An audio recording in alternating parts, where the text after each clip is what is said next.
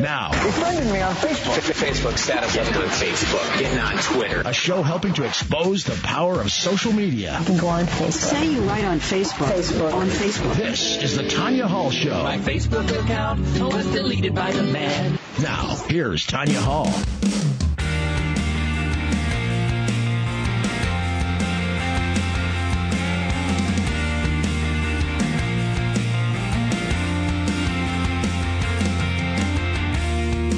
Welcome to the Tonya Hall Show, where we embrace the power of social media, everything that's happening on the World Wide Web, and how the internet is changing your life. Well, today we have a really interesting guest who's going to talk all about creating content and the automation of that content and why that's so important. Jason Miller is the social media strategist at Marketo. He creates social content. He's a music fan and a photographer and much more. And he can be found at Jason Miller, CA for California on Twitter. Welcome to the show, Jason. Hi, Tonya. Thanks for having me. I'm thrilled to be here this morning. And I am thrilled to have you. And I was telling you before the show, we were talking about yesterday's show quite a bit, and I'm still kind of, railing from how quick and speedy it was. And before we get into kind of the nuts and bolts of what you do and who you are, I just want to give a shout out. I want to thank some people who were on the show yesterday. My co-host for the show, Olivier Blanchard. He's the brand builder on Twitter.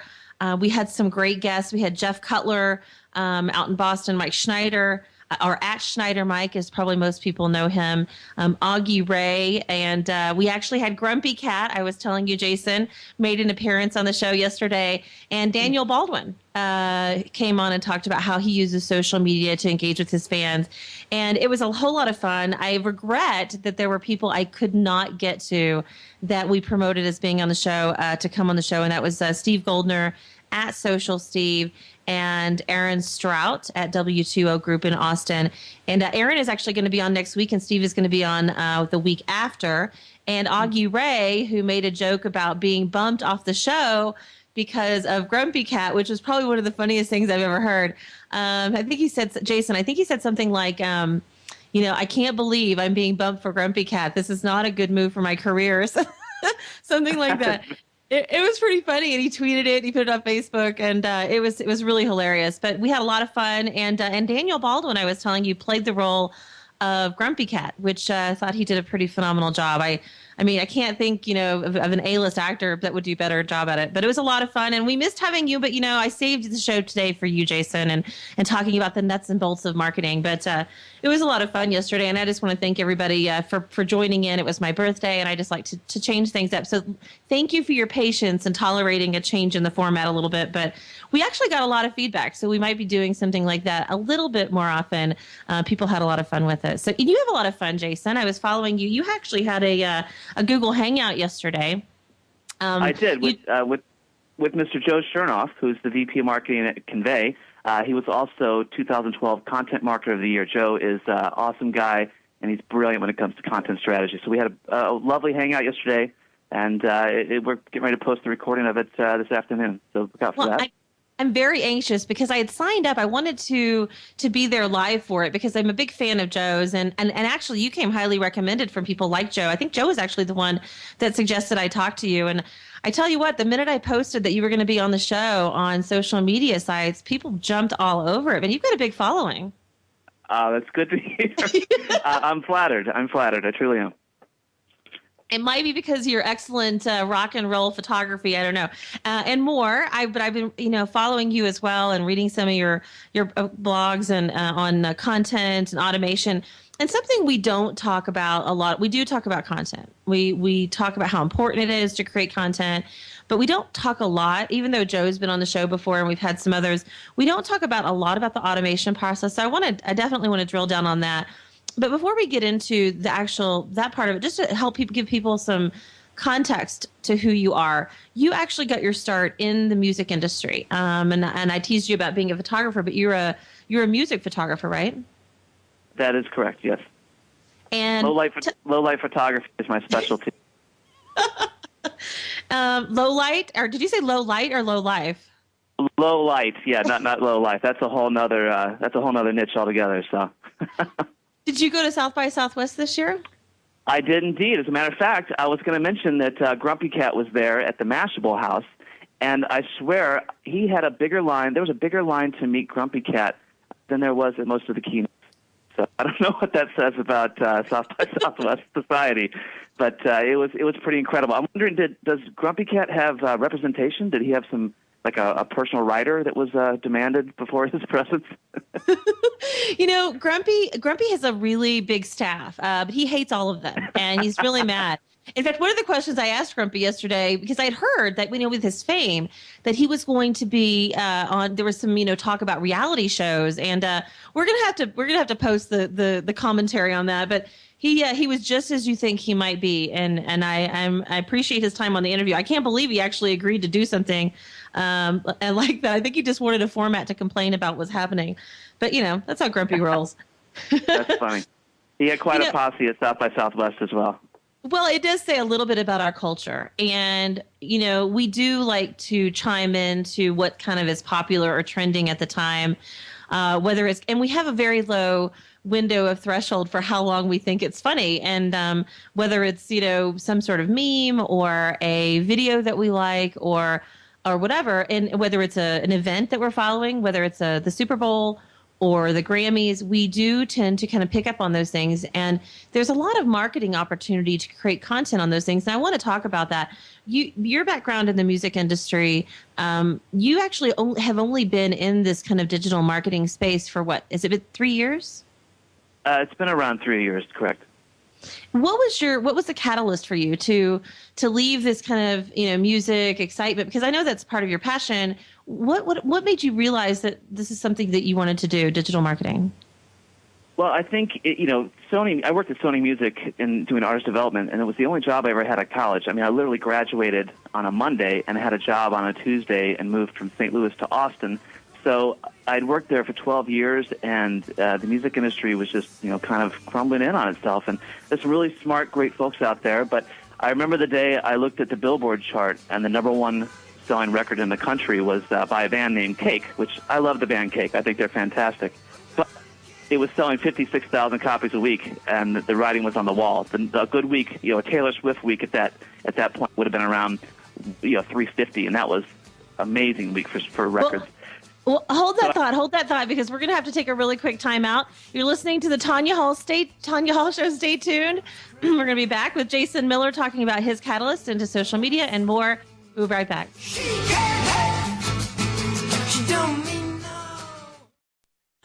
Lamar Advertising has always been the premier provider for outdoor advertising in state. They now have expanded their great selection of billboard, digital, and transit advertising to include all of northern Colorado. So if you're looking to target consumers in Boulder County, Longmont, Loveland, Fort Collins, or Greeley, you can't beat the value of outdoor advertising. You can reach people where they live and work 24 hours a day, 7 days a week. For more information, visit lamar.com. That's LAMAR.com. Or you can call them 800-493-4411. That's 800-493-4411. Lamar Advertising, the first name in local advertising for northern Colorado. Visit them online, lamar.com, or call 800-493-4411. What could you do with an extra $500, $1,000, or even $1,500 per month? How would that change things for you? Would you buy a new car, pay off bills, or just feel a bit more secure about your retirement? What if I told you there's a way to make your dreams a reality? I'm talking about trading and investing in the market. Now, before you say, oh, that's not for me, just hear me out. I want to invite you to a half-day trading course so you can check this out. I promise you, you'll go away smarter than when you came in. We here at Online Trading Academy sponsor this, and we'll even send you home with a free home study video guide. Your money's doing nothing for you in a CD or mutual fund. Learn how to profit when the market's up or down. Call us now while seats are still available at 303-325-2776. Use offer code radio50. 303-325-2776. That's 303-325-2776. Hi, I'm Jan Elliott for Snow Country, and this brought to you by the Mountain Eye Journals, Colorado's fastest growing network of local news sites, providing insightful news from Colorado's most unique and vibrant areas. The Mountain Eye Journals, it's where to go. More at mountainijournals.com. Couple of inches of new snow this week and more in the forecast, and it is springtime events, springtime deals, and lots of fun to be had on the slopes, like at Loveland, where they picked up 9 inches of snow this week, and they're skiing over 90 trails off of 8 lifts. Breckenridge in great shape with a snowy forecast. Coming up next weekend, it's the Mountain Dew Throwback Throwdown, where snowboarders take on 2 pipes, plus they've got concerts, great events, and deals. It's all happening at Breckenridge. An inch of new snow for Monarch, but more light snow in the forecast as well, and they're wide open with 62 runs reporting powder and pack powder. Keystone Ski, Cooper, and Copper Mountain all picked up 2 to 4 inches of snow in the last couple of days and reporting just about every trail open. This Snow Country Ski Report is heard every hour here on AM 1060 The Biz. And now a check of the temperature at the Denver International Airport. Current temperature 42 degrees, which is 6 degrees Celsius. Reluctantly crouched at the starting line. Engines pumping and thumping in time. The green light flashes, the flags go up. Churning and burning, they yearn for the cup. They deftly maneuver and muscle for rank. Fuel burning fast on an empty tank. Reckless and wild, they pour through the turns. Their prowess is potent and secretly stern. As they speed through the finish, the flags go down. Welcome back to the Tonya Hall Show, where we embrace the power of social media.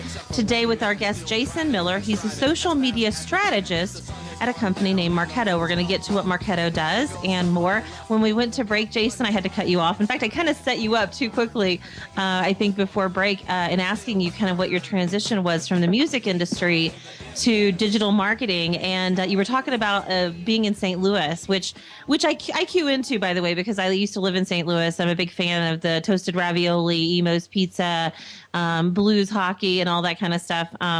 So you didn't know that, right, about me? Yeah, exactly. I love the toasted ravioli and the Emo's Pizza too. By the way, I think John Tesh too. Isn't John Tesh from St. Louis? Didn't St. Louis give the world John Tesh? Which I don't know if that's a good thing or a bad thing. But anyway, yeah. Just to follow up, your producer's fantastic. By the way, I love the cake intro. I just talked about cake, and basically my transition from the music industry was like the writing was on the wall. There was layoffs every kind of 6 months, and I just moved out to San Francisco to take a new job in the music industry, and this is kind of the digital hub. The idea was to make the digital transition over to an RDO or a Spotify, but it turned out that I started a music blog, kind of honed my social chops, and networked as much as possible, and such a great spot to do it here in San Francisco, where social was buzzing, Twitter was buzzing. I remember bringing bands by Twitter. Actually, I brought the band Fun by Twitter in 2009, before they won multiple Grammys and whatnot. And it was the old Twitter office. The band came in, set up, and the guys at Twitter are all fantastic. And they were sitting there watching the band, but I don't think anyone knew what they were watching, how big this band would become three and a half years later. But I have this recording somewhere too. I might be the only person who has an HD video of the band Fun live at Twitter in 2009, so I'll have to dig that up.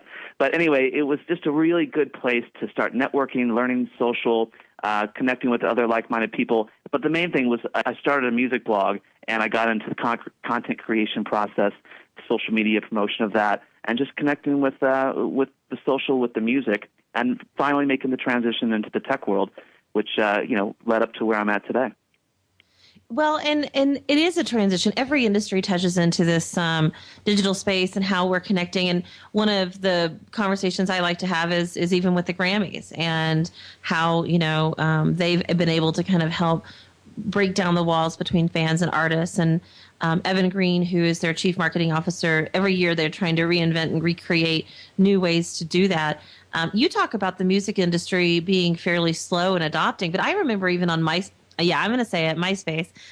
before they reinvented themselves, I personally was connecting to a lot of musicians early on when they didn't have as many fans and they actually managed their own accounts. Do you think that MySpace was a good catalyst for the music industry in the digital space? I think the MP3, when it came out, in around '99 or whenever it came out, I think that was a scary time for the music industry. I don't think that a lot of the major labels embraced the fact, they fought it. And instead of adapting their business model to it, I think they fought it and they were scared. And by the time they decided to embrace it, the genie was out of the bottle and they couldn't stuff it back in. So I think today, they're doing a great job with addressing the licensing and the streaming, and Pandora's hot, and Spotify and RDO and Mog, but it might be a little too late. In my opinion, just from running my own music blog and interviewing bands and photographing these bands, I think you really only need, with the power of social out there now, if you do it really well, I think all you need is a good PR company and a good manager, and then obviously some good music and a good band to take that on tour. So MySpace was the beginning, but I just think that the industry just adopted a little bit too late. Why content? Why was content kind of your focus? There's so many areas in digital marketing that you could focus on, but you really zoned in on content and automation, which is so important that those go to hand in hand. But why that area? That's a really great question. And I think it all comes down to, it's like I love to write and I love to help people, right? So I'm being in the music industry for 12 years. We got to do some really creative stuff with the bands that we worked with. So I thought that was a nice transition over to content marketing. Content marketing is all about, let me preface that by saying the mantra used to be for sales, used to be always be selling. And that mantra has to be changed to always be helping. So with content, you're selling, you're helping that person down you're helping that buyer down their journey of research. The stats say that 70% of the buying cycle is already completed before a prospect is ready to talk to sales. So they're out there researching, and my job as a content marketer, and as social and SEO plays into that as well, and marketing automation, is to make sure that my content to help them find their solution, answer their questions, is being found when they're doing that research. We want to seed them early. We want to make sure that they know that Marketo helped them along the way, and then when they're ready to talk to sales, that Marketo is the solution that will help them achieve their goals. Well, then let's make sure people understand, what is it that you actually do? What does Marketo actually do?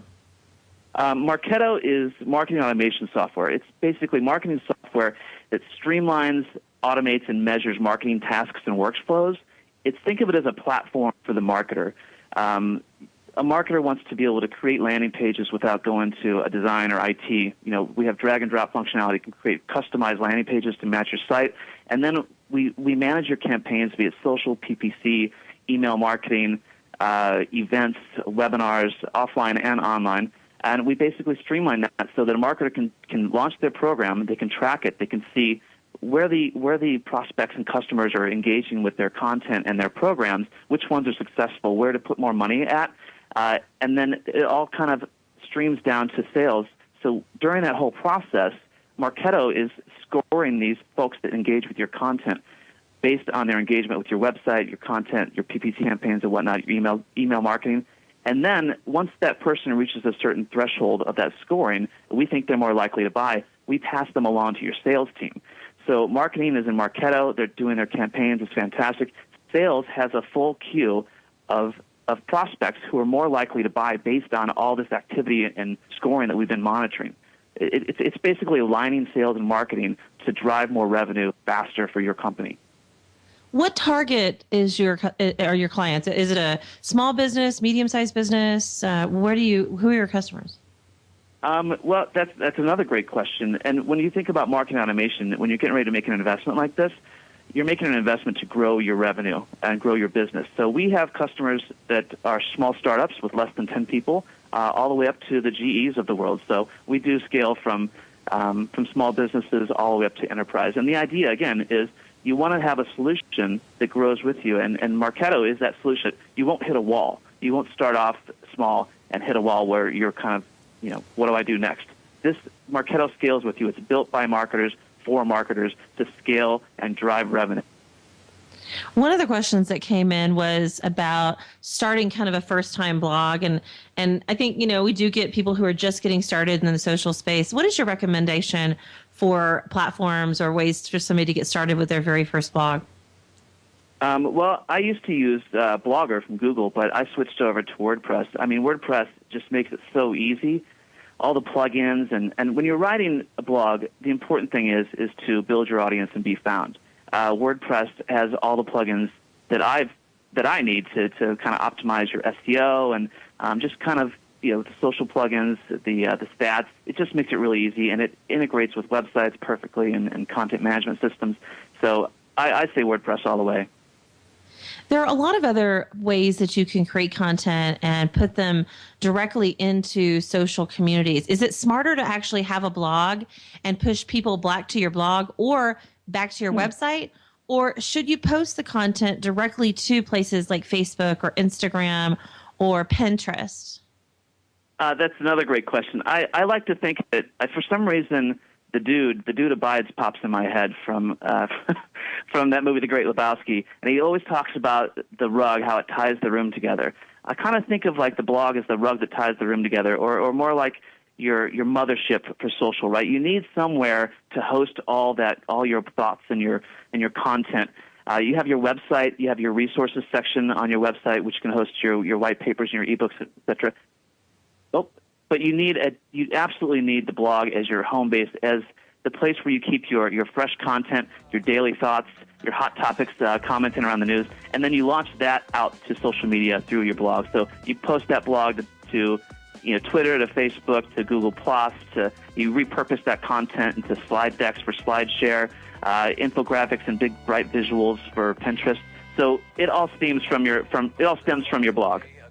See, I knew that was going to be your answer. I want to talk about Instagram. I want to talk about Pinterest and some maybe quirky ways that people can use social media content in different ways. We're talking to Jason Miller. He's a social media strategist at Marketo. Follow us on Twitter. Go to @Tonya Hall Radio on Twitter, or find us on Facebook. Go to Tonya Hall. We'll be right back after this really quick timeout. Take the time to get to know me. If you want me, why can't you?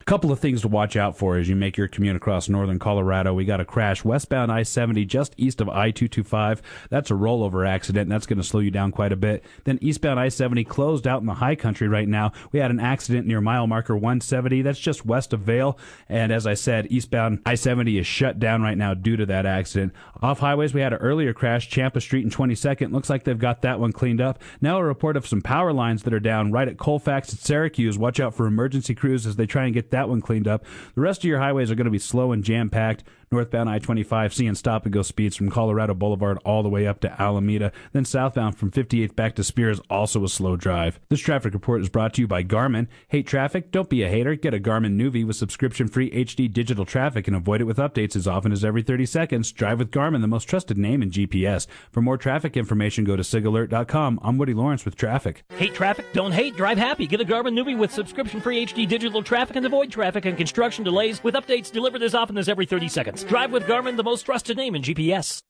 Here is your updated weather report from the RCN Weather Center. This morning, Denver can expect a couple of stray showers. Best chance here noon on. We'll see that wind pick up and gust to 25 miles per hour, the high in the low to mid 50s. In your evening, could see a stray shower to begin. It'll wrap up by midnight. A live breeze as it continues on. Low in the morning, 29 degrees. By tomorrow for Friday, you may see a stray late day rain shower. Some sunshine for a time too. Your Friday high warming up to 45 degrees. Snow in the forecast to begin Saturday. It wraps up by midday, a cooler day too. Snow showers will hold temperatures down Saturday. That high warming up to 30. Front range weather is heard twice each hour here on AM 1060 The Biz, your trusted source for health and wealth information. I'm Dave Murs from the RCN Weather Center. Brought to you by Garmin. Don't hate traffic, avoid it. Get a Garmin Nuvi with subscription-free HD digital traffic and keep moving. Drive with Garmin, the most trusted name in GPS. When the mayor of New York City tells us how great Denver's new gun control laws will be, we should be skeptical. When Homeland Security buys 7,000 automatic rifles for itself, we should be curious why. And when Homeland Security buys more than 1 billion rounds of ammunition, 1 billion rounds in just the last 10 months, we should question their hypocrisy. We should demand to know what they're up to. Because a government arming itself to the hilt while passing more restrictive gun laws on its citizens should scare all of us. Our Second Amendment gives us the unwavering right to keep and bear arms, and it certainly doesn't give the mayor of New York City the right to decide what's best for our personal safety. I'm Laura Carno. I live here in Colorado, and I'm trying to do my part. Please help me keep this advertisement on the air. by donating at IamCreatedEqual.com. That's IamCreatedEqual.com. Paid for by IamCreatedEqual.com. Are you an experienced account executive? Do you know the Denver market and those who make the decisions? You can literally own Denver, the car dealers, the ad agencies, the banks, and earn a serious six-figure income. The Radio Colorado Network is looking for you. Email your resume to Les Haber at leshaber@comcast.net. The Radio Colorado Network is the only true business station in Denver. Email Les now, leshaber@comcast.net. You're listening to 1060 The Biz, your trusted source for health and wealth information.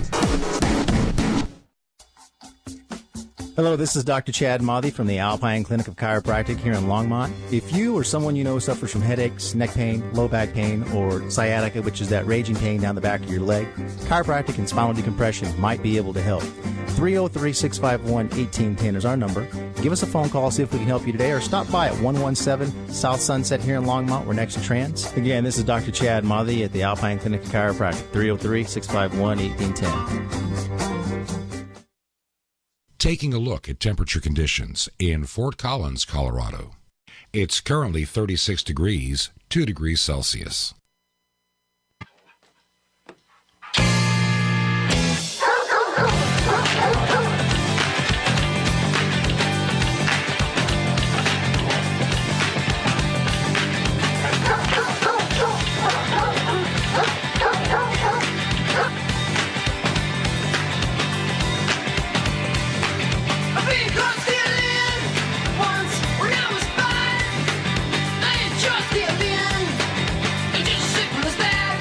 Welcome back to the Tonya Hall Show, where we embrace the power of the social web. Everything happening on the internet. How is the web, the internet, and business changing, and changing for you, your customers, your clients, and your business? Today, our guest, Jason Miller, is the social media strategist at Marketo. You can find them at Marketo on Twitter. In fact, Jason, if somebody wants to connect with you, what's the best way they can do that? Well, there's about 17 different ways, actually. I prefer Twitter, Jason Miller, CA. CA is for California, so I'm kind of stuck here unless I want to move to Canada, I guess, right? That's the other option. Or, Google Plus is great. Facebook, a lot of my stuff is public on Facebook. LinkedIn, I'm all over the place, and I prefer any type of communication that works for the person I'm trying to get a hold of. Well, and everybody has their own best channels of communication, and mine vary depending on what people are asking. In fact, I get emails from time to time from listeners, but really, if you message me on Facebook, I'm probably going to respond there quicker than I will if it's email. Is that crazy? I mean, email is important. It's great for long format answers, but Facebook for me works better. I don't know. What about you? Are you private or open with your Facebook page? I am completely open with almost everything. I promote. I like connecting with people, so I like to keep it out in the open, and it works out well for me.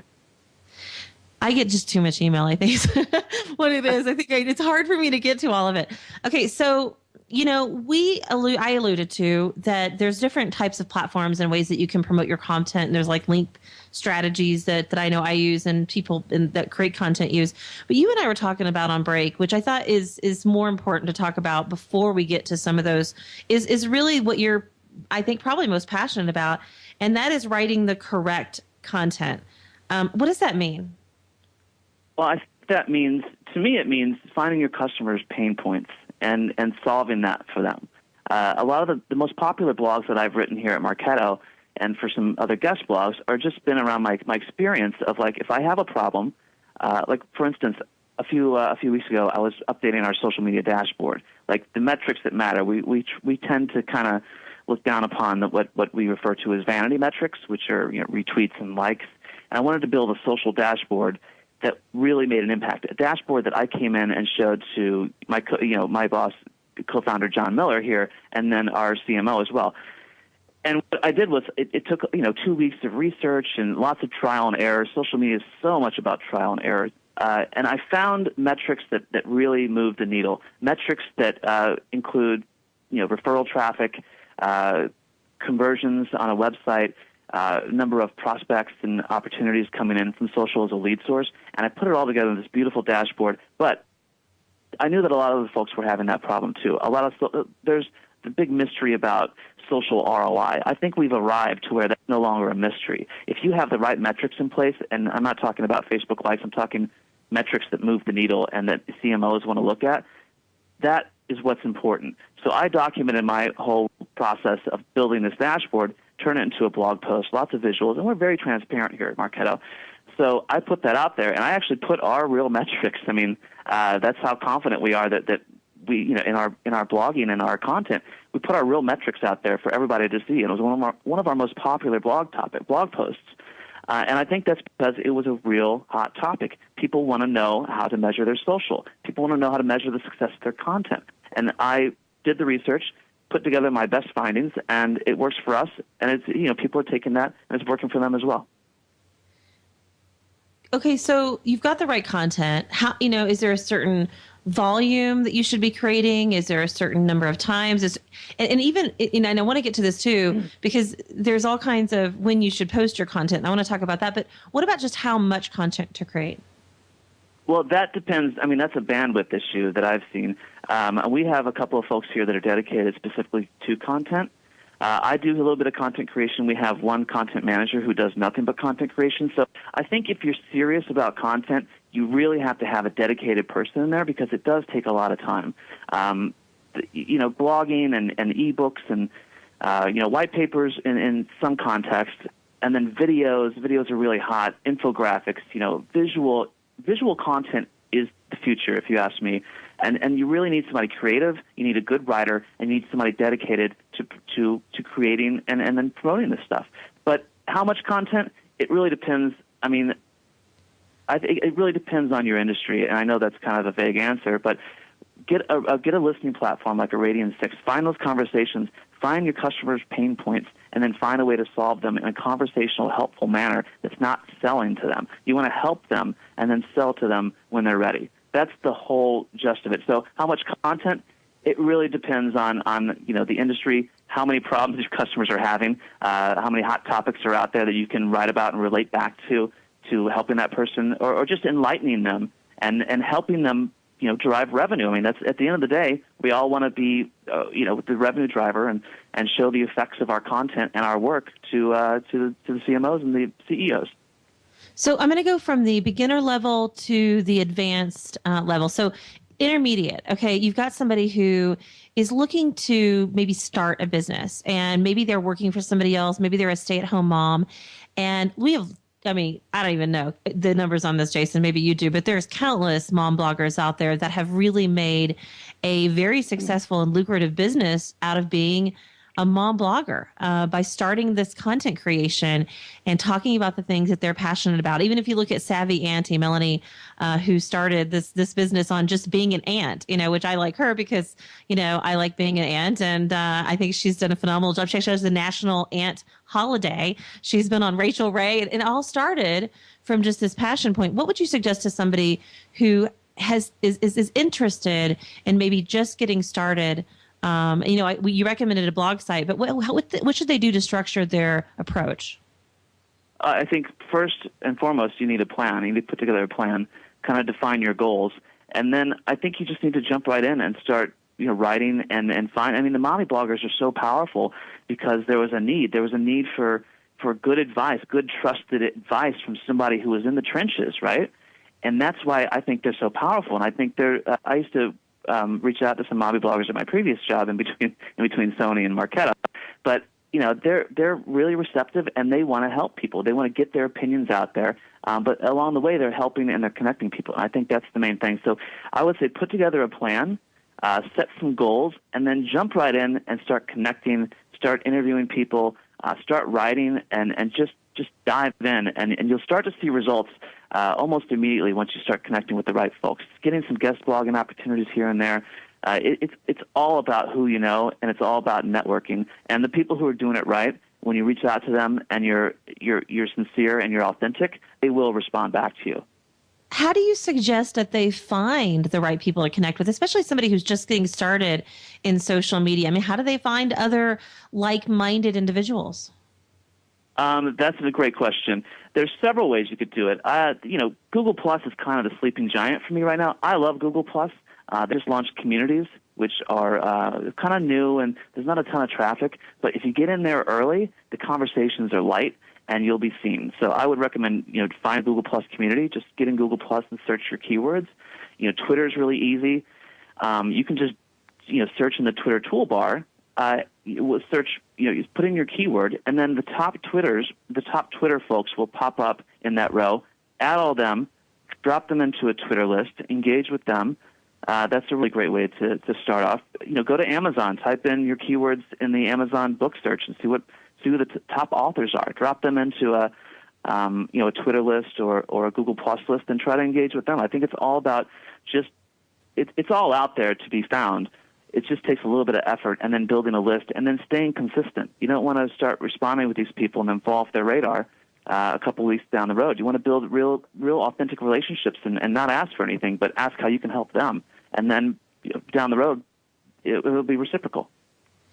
Okay, so let's talk about the advanced level. Okay, if somebody's interested in taking their social media business to the next level, maybe they have a very consistent and effective blog. Maybe they have people using platforms like Twitter. I want to talk about what it is that businesses can do to take it to the next level.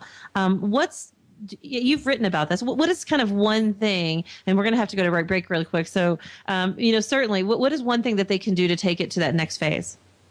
The most important thing that I would recommend is inbound is not enough. I can't say that enough times. Inbound plus outbound. Your inbound is your social, is a lot of the being found part of social and blogging and SEO and whatnot. But sometimes your content needs a little bit of push. If you have good content, pay to promote that good content.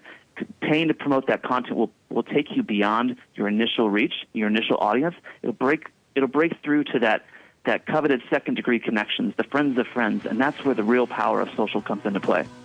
Well, I want to talk about what should your outbound strategy look like? What should it consist of?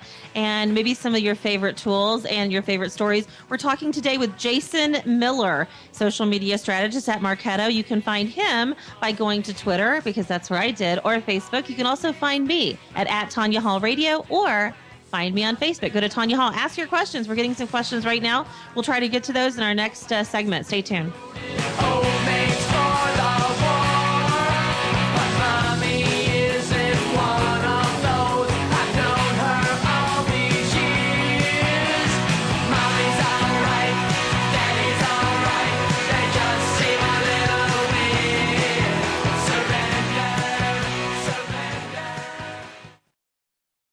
Hi, I'm Phil Grandy of philsgang.com, and I am back on here in Denver, right here on 1060 The Biz. I'll be telling you what Wall Street doesn't want you to know. I'm going to tell you when they give you bad information, when they give you fake job numbers, when they give you fake unemployment rates, and I will hold their feet to the fire. Now, that's right here every weekday at 1 p.m. Don't miss it. That's philsgang.com, 1 p.m. every weekday. I am back again. Phil Grandy, philsgang.com. Don't miss it. C'est le bon ton roulé. Let the good times roll with the HME Talk USA right here on KRCN 1060 AM The Biz, Saturday 4 to 5 p.m. The Cajun contractor, Michael King, the most recognizable name in all of home improvement media, will be taking your calls, answering your emails, and interview some of the top manufacturers of home improvement products and technologies, and giving you access to all of these experts. That's Saturday afternoon, 4 to 5 p.m. on KRCN 1060 AM The Biz. Does your child know the difference between fact and fiction on the web? Students knowing how to read isn't enough. Is an earful of tweets and posts? School librarians are helping students make sense of the technology-driven world that surrounds us. From technology classes to virtual homework help, school librarians play an important role in teaching 21st century skills. Celebrate the valuable contribution of our nation's school libraries and librarians this April during School Library Month. Visit atyourlibrary.org for more information. Financial Words of Wisdom with Market Wrap host Mo Ansari. If you're going to try to go take a weekend course and try to trade, you're going to commit financial suicide. Trying to pick tops and bottoms can be hazardous to your wealth. being out of the market is just as risky at times as being in the market. You don't realize that, you don't see that until you miss the opportunity. It's financial food for thought on your drive home. Market Wrap with Mo Ansari. Sunshine and blue skies are in your portfolio's future when you listen to Market Wrap weeknights 5 p.m. on 1060 The Biz. The selling continues a day after the S&P 500 index approached an all-time high. From Bloomberg World Headquarters in New York, I'm Charlie Pellet. German manufacturing unexpectedly contracted, and Cyprus's president is working on a new plan to obtain a European bailout. Russia rebuffed Cyprus's request for a bailout loan as the euro area nation sought to salvage talks in Moscow by wooing investment in its energy reserves. With more, here's Bloomberg's Ryan Chilcote in Nicosia. It does not appear that there is one plan B. We have at least two tracks underway here. So Cypriot politicians have spent the day meeting amongst themselves. They met yesterday evening and met late into the night as well, trying to forge some kind of deal amongst themselves. The S&P 500 index down 8 points to 1550, a drop of 0.6%. Dow Industrials down 68 points, a decline of 0.5%. NASDAQ is down 27 points, a drop there of 0.8%. That's a Bloomberg Market Minute. Looking at temperature conditions around the region in Colorado Springs. Current temperature 43 degrees, 6 degrees Celsius.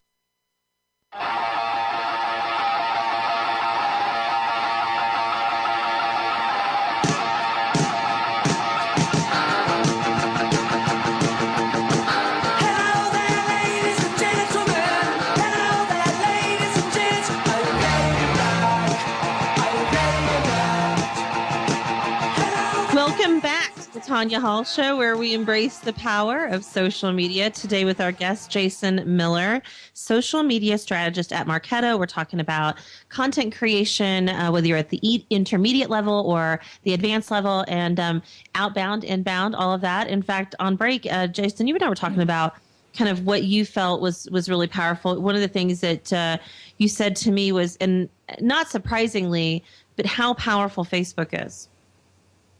Yeah, absolutely. Facebook, their targeting when for advertising is becoming it's just so precise and so granular. I mean, you can really get the exact message, and that's what the content marketing is all about, getting the exact message to the right person at the right time. And Facebook is very powerful for that. Even the B2B world, I get a lot of folks who tell me that, Facebook isn't right for B2B. And my answer to that is there's 900 million people on Facebook. You mean to tell me that your decision makers and some of your buyers and prospects and customers are not on there? I think you're crazy. I think if you're not using Facebook in your social strategy for business, then you need to rethink your strategy. It's all about, the holy grail of social advertising is getting your message or your content advertised in that news stream without looking like a sales pitch. And Facebook does it very, very well. And the news feed that's coming out and rolling out, I think, this week and next, it's all about the visual approach. It's all about, I like to say that, especially in content marketing, David Ogilvy used to talk about the importance of a headline. Well, I think the new mantra for content and headlines is the visual is your new headline. In the crazy, fast-paced world of social, you have seconds to grab somebody's attention, be it, Pinterest, Instagram, Facebook, Twitter, whatever you're doing, and that visual is going to pull them in, and you need to make sure that you have that visual tied back to your offer or tied back to some type of relevant piece of content that's going to, push them a little bit further down the sales funnel. People were commenting on your picture, speaking of visual, when I posted it on on Facebook. You're right, but the visual, we are, that's why Pinterest, I think, has been so powerful. I'm a big fan of Pinterest. Instagram, you've got, pictures, which are incredibly powerful. What's more powerful, videos or pictures? But I'm not sure. I think I'm not a video guy. I know like a lot of folks watch video and it's very powerful. I'm a reader, so I like to have the video plus the text. But there's a funny. I was talking to a social guy about this last week, and we were talking about the new timeline. And there's a lot of folks who agree that a text post, a simple text post in Facebook, gets more reach, but a photo gets more engagement. So it's kind of like a double-edged sword. My idea is to just go with the visual and then tie it back to your offer because I think it works better. But with all these different things and the videos and the photos. The important thing to remember for content is to if you start off with a really solid piece of content, be it an ebook, an infographic, whatever it may be, the idea is to repurpose it. And Rebecca Lieb from the Altimeter Group, I borrowed this phrase from her. She kind of coined this. She likes to think about content as leftover turkey for Thanksgiving, right? So you have the turkey on Thanksgiving. That's your main piece of content. And then for weeks afterwards, you're chopping this, slicing and dicing this up into turkey sandwiches, into soups, into any way you can imagine. But it's a really great analogy for taking that piece of content, a great piece of content, and repurposing it for YouTube, for SlideShare, for Instagram, for Pinterest, for Facebook, Google+, you name it, LinkedIn. Just repurpose that content and tweak it a little bit for each different channel so it has a nice chance to resonate. And it also gives your audience, your customers, your prospects a new way to engage with that piece of content in a way that they dictate themselves. When we talked about, before we went to break, about this idea of outbound, and a lot of people forget that, it's not just about pushing people to your content, getting them to look at your product or service website, but to actually have an outbound strategy. What is your advice for somebody in creating their outbound strategy? Well, I think, again, as I mentioned earlier, the inbound plus the outbound is so essential. A good solid marketing mix has email campaigns, has social campaigns, it has PPC, and it has SEO, and it has all of them integrated into one platform. Marketo is really good at that because it does pull in all of those together into one platform, and it tracks it all under one roof. And it integrates with other platforms, too. So if you do need a need, you can go out there and find a different vendor, and it integrates nicely, or we have partners out there. But the whole idea is the integrated marketing solution, right? So the outbound and inbound are both essential for success as a modern marketer. But the idea is to have it all in one place, so you're not, using different tools, using it all together, all for the same purpose, driving the same result. And inbound and outbound are essential to really maximize your results overall. What is one Facebook advertising tactic that you think is really powerful? I think a visual in the news feed tied back to an offer. That is super powerful. Then when you run that for a day organically, you get a little bit of traffic. Then you go back into a Power Editor or inside Facebook, and you put a little bit of targeted paid promotion behind that. And the idea here is a lot of businesses complain about EdgeRank is penalizing them or this and that. The idea is not to trick or beat EdgeRank, but it's more to manage it. And you manage that by delivering kind of, as I mentioned before, there's B2B marketers on Facebook. They're not necessarily there to be sold to, but they are there to be entertained and helped. So the most powerful tactic I would say on Facebook, and the best strategy I've seen, is to get a visual, a striking visual, a little bit of fun, a little bit of playfulness to it, tie it back to an offer inside the text box, and then keep those going. You want to get the affinity high enough to where people are engaging with your content, with the fun stuff, and then once you kind of manage that edge rank, then you put in a demo offer or an invite to an event, or or an offer for a free ebook. So you're raising that bar of affinity. You're getting people engaged. So the next thing that you post is primed and ready to get in front of those folks who just engaged with your last piece. Super powerful, and it's just all about timing, strategy, and a little bit of paid advertising behind that. Define EdgeRank for those people who might be confused and wondering what that is. Well, EdgeRank is kind of a mystery. A lot of folks, Facebook, of course, won't divulge the exact algorithm they use, but EdgeRank is basically what manages your news feed. It does its best to show the most relevant content to the most relevant folks based on how they engage with your previous content and how they engage with other pieces of content. Now, you can post something organically in Facebook, and a lot of times it'll get engagement. But if you really want to step that up, and as I mentioned previously, break through to the secondary connections, the friends of friends, that's where you have to put a little bit of paid behind it. And it doesn't take a lot. Facebook advertising is not expensive. It's all about how you target it. It's all about the targeting. You can target by workplace. You can target by interest. You can target sponsored stories. It's incredibly powerful, and it's pretty easy to do as well. It's something you could drive traffic to your content, to your website, to your blog, it's super powerful, and it's really inexpensive, and there's not a lot of businesses for doing it well right now. So I think there's a real opportunity to get in early and, get the lion's share right away. Yeah, and well, all of the platforms try to have some sort of ranking system or algorithm that helps them understand and serve up the content that it thinks that you want. Google with its page rank, or even if you look at Pinterest, which I had to talk about Pinterest. Are you a big fan of Pinterest? Do you love Pinterest? I use Pinterest on occasion. I'm not a big fan. Oh, that kills me. It was going so well, Jason. It's too bad we're going to have to let you go. No, come on. You don't love Pinterest? How can you not love Pinterest? I'm a big fan, but I think that's the demographic issue. Maybe, I don't know still. What is one of your favorite tools that people use? We're almost out of time. Maybe a favorite resource that you feel like is underutilized. Yeah, you know what? I think Hootsuite is a fantastic tool for managing your day-to-day stuff. I'm kind of a Twitter purist as well, so I do like going to the native application. Twitter's got lots of little tricks and cool things you can do inside there. The visuals, the Vine is kind of hot right now. I'm just a big fan of going to the native app and using it and using it for what it does best. And then at the end of the day, Hootsuite is great for a news feed, just to kind of build all of your lists, build all the people that you care about, drop them into a list, and monitor that, and engage where possible. I have Hootsuite running all day long next to on one big monitor with all my favorite people that I love engaging with, and I just sit there. If I get 5 minutes, I'll watch in, I'll chime in on a couple things, share a couple pieces. I just like to have fun with it, and it works out. It works out really well.